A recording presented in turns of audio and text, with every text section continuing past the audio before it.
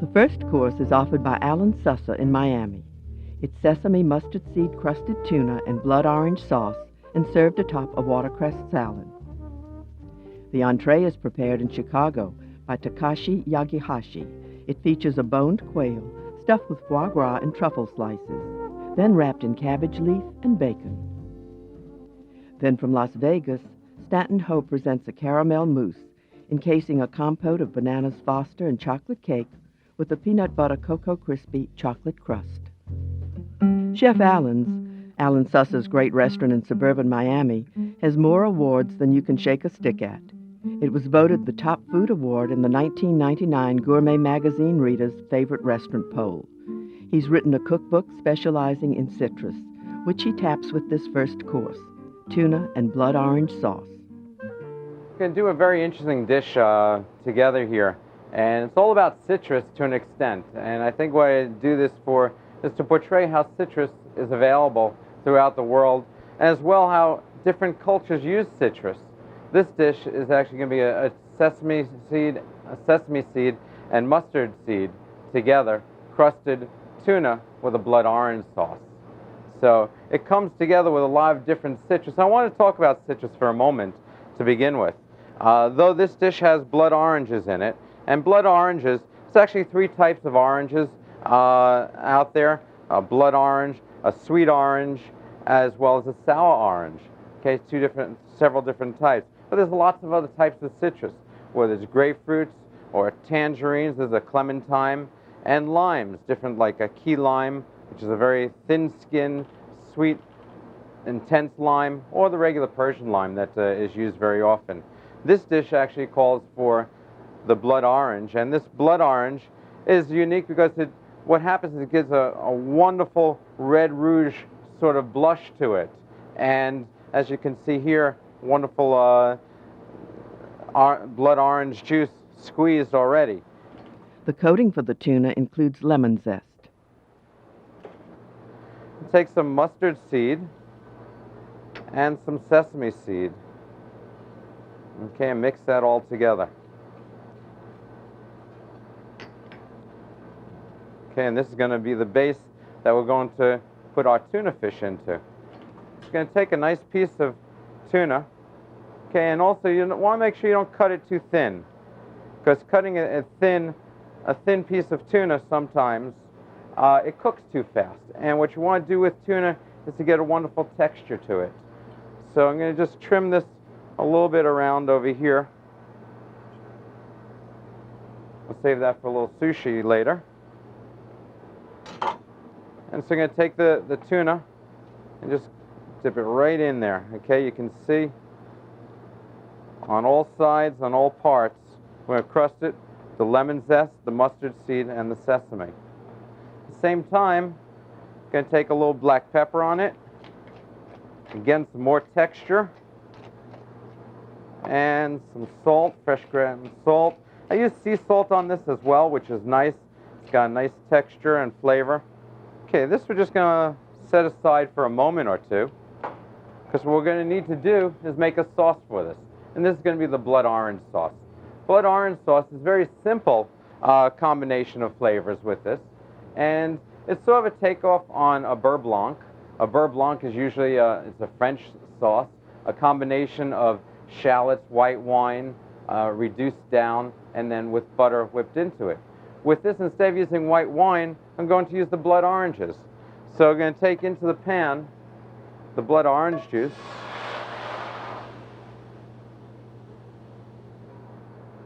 Okay, and put that onto the fire there to reduce. Into that, I am going to add some shallots, because shallots are a great flavor. If you want to use onion, you could, but to me, the preference is shallots. Shallots, it's sort of like a sweet onion garlic cousin of the onion. Real nice flavor and gives a nice depth. To that as well, going to add some peppercorns, about 6 or 8 peppercorns, and a couple leaves of thyme. What we're going to do is take that and let that reduce for a few minutes, because with this then, I'm going to take some olive oil and coat this with olive oil. A couple of different ways of cooking tuna. You can take this and grill it, which would be wonderful, but I like to sear it.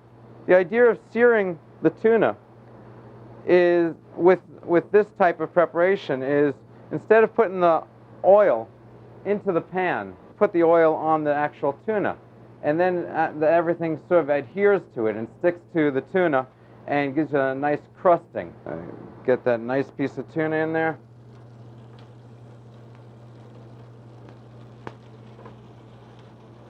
Okay, and just drizzle a little bit on top of that, just as it's getting seared in there.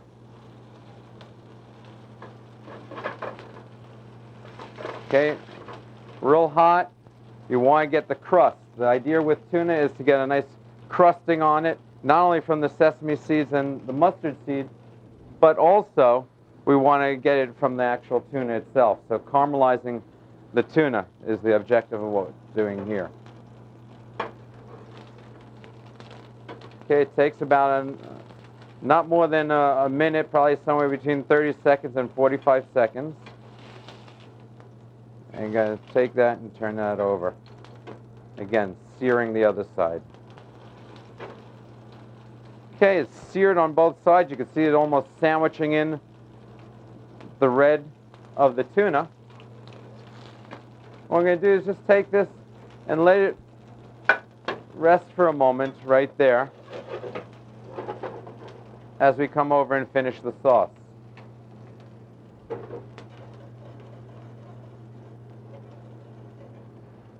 Going to whisk in a little bit of butter, okay, and we sort of move it to off the side, off the center of the flame, just a little bit. So we don't want to melt the butter. We want it to go through and emulsify the sauce nicely. So just adding in the butter, whisking it constantly so it doesn't separate. We want that nice emulsification, which means just so it becomes a smooth sauce. That's what the idea of emulsifying a sauce is. After the butter is emulsified, the sauce is strained. So for this dish, what we do is bring it together. The plate includes watercress salad dressed with soy and sesame oil. Putting the watercress in the center of the plate. And cut it on a little bit of a bias here. Like that. And you can see still a real rich redness that we've got in the tuna, which is what we want. Blood orange sauce all around the plate. Sweet tart butter sauce. And then the tuna we place up on the watercress. Real simply like that. Okay, real simple, easy dish to do at home if you'd like, but we do it here at Chef Allen's, which is great. We love it, the combination of the different citruses that come together, the lemon and the blood orange, along with the beautiful tuna.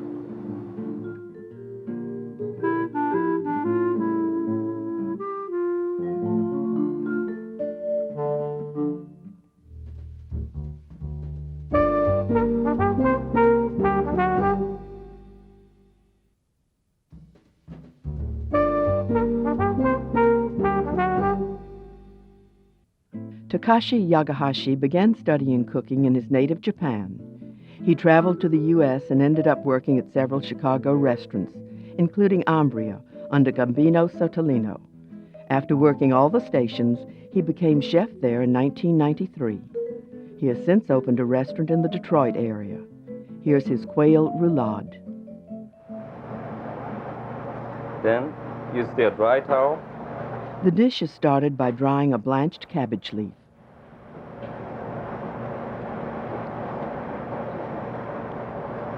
And get it completely dry. Salt on the pepper very lightly because it's going to be too salty. Then here is the quail breast. We take it off the bones and skin and nerves, everything. They're very clean. Then after that, we pounded it with the pounder. Then we're gonna put in the foie gras. Here's the foie gras, fresh foie gras. Then first we're gonna seasoning. Pepper and salt.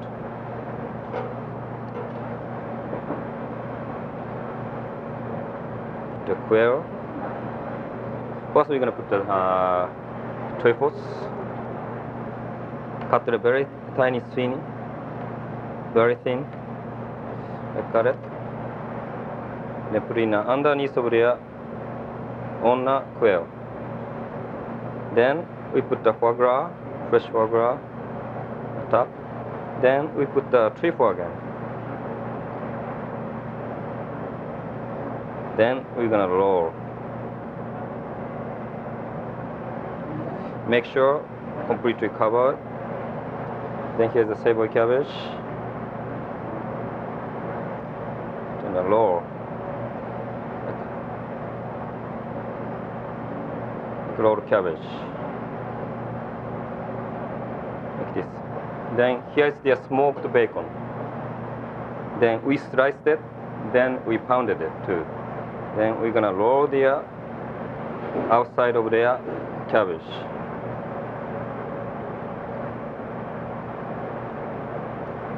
Meanwhile, the sauce is started with chicken stock poured onto quail bones, which were browned with a mirepoix and herbs.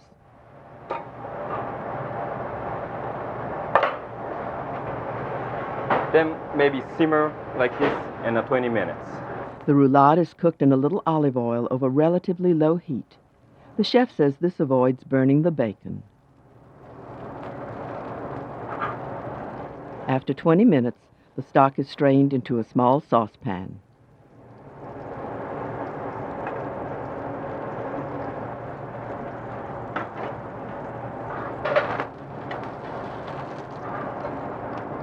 Cook slowly.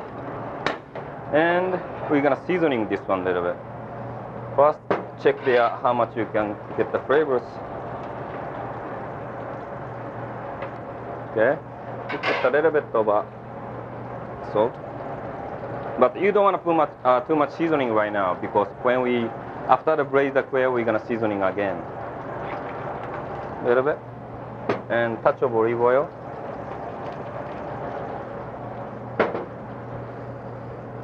And touch of butter, not too much. We don't want to use butter so much. So, yeah. Then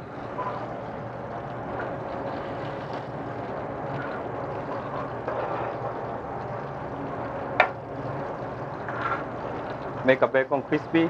Then get the fat out. Then we're gonna blend the fat. This is very important. If you don't blend this fat, it's gonna be too oily. Then we're gonna put this one to the pan. Then we're gonna put a little bit of mushrooms, mixed mushrooms. This is already sauteed. Today I'm using oyster mushroom, shiitake mushroom, and chanterelle mushrooms. Then a little bit of baby vegetable, baby carrots, baby turnips. Braise it. Then a little bit of sage. And a little bit of Italian parsley.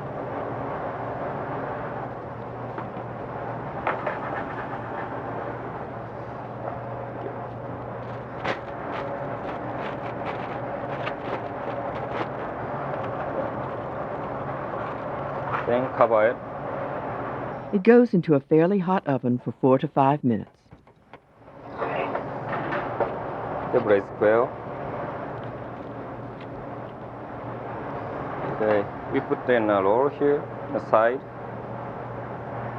Then we're gonna finish the sauce. A little bit of parsley, Italian parsley.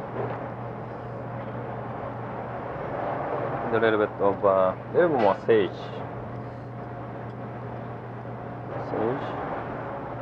Presentation starts with cooked green lentils.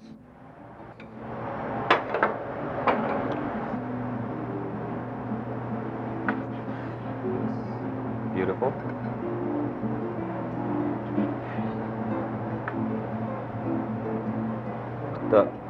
On the top of their lentils.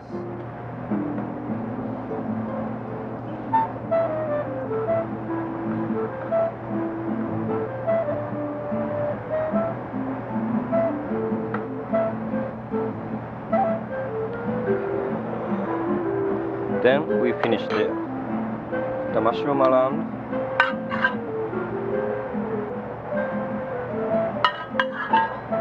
Turnips.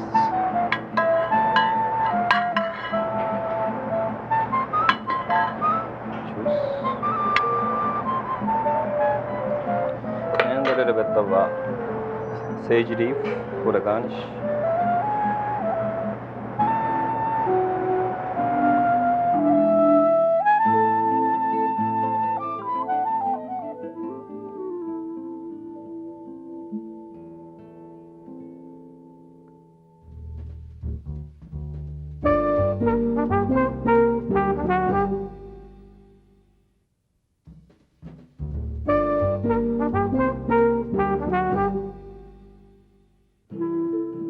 Le Montrachet is the high-end dining room at the Las Vegas Hilton. It's one example, of which there are many, of the unlikely transformation of Vegas into a fancy restaurant town. Stanton Ho is the talented pastry chef at the Hilton and offers this artistic creation, Caramel Mousse with Bananas Foster compote. The banana compote begins with caramelized granulated sugar, glucose, brown sugar, and butter. Then the heavy cream is added. And your whipping cream.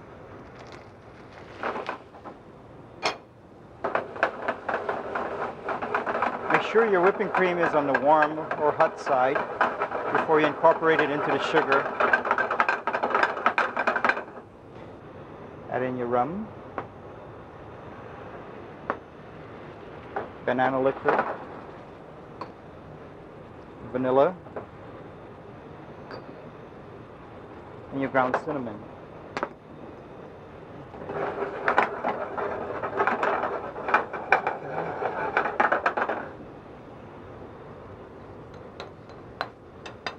Add in the diced bananas.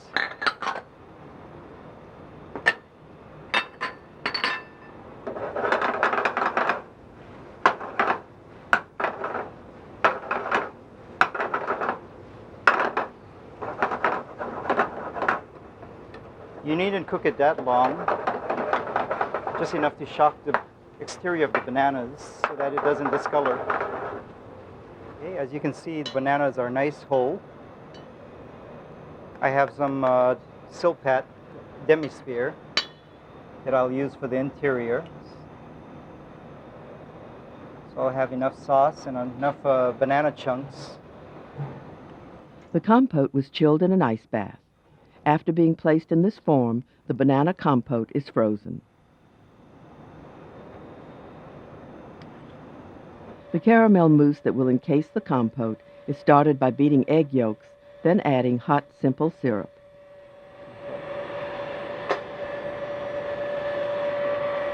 Turn your machine down to a medium mix, medium-high.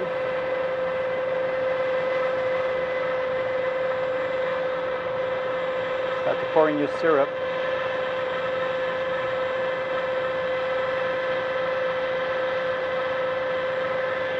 Bloomed gelatin leaves are added.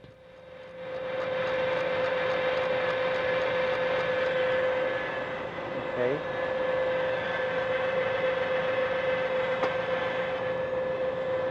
Our gelatin is tempered right now. The gelatin is dissolved on the stove. It's much safer using a double boiler to dissolve the gelatin rather than on a direct flame. Okay. Once the gelatin is dissolved,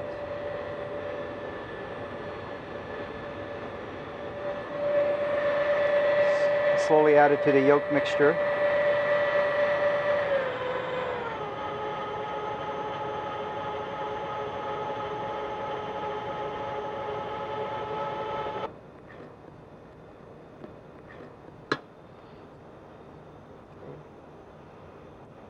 Add your caramel.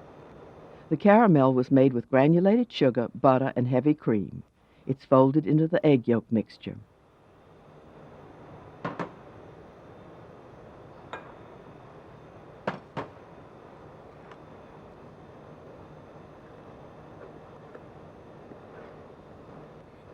Then we'll pour about, I would say, 1/3 of the whipping cream again into the. This is unsweetened whipped cream. The caramel mousse and the egg yolk mixture. The finished mousse goes into a mold, and the frozen banana compote is placed in the middle. Then discs of chocolate cake, followed by more mousse.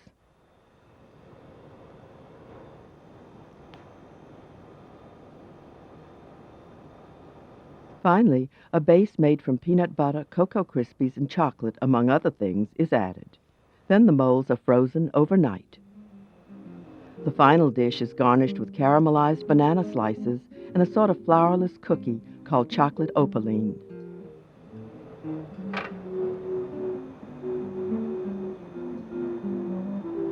And here we have a caramel sauce and a chocolate sauce.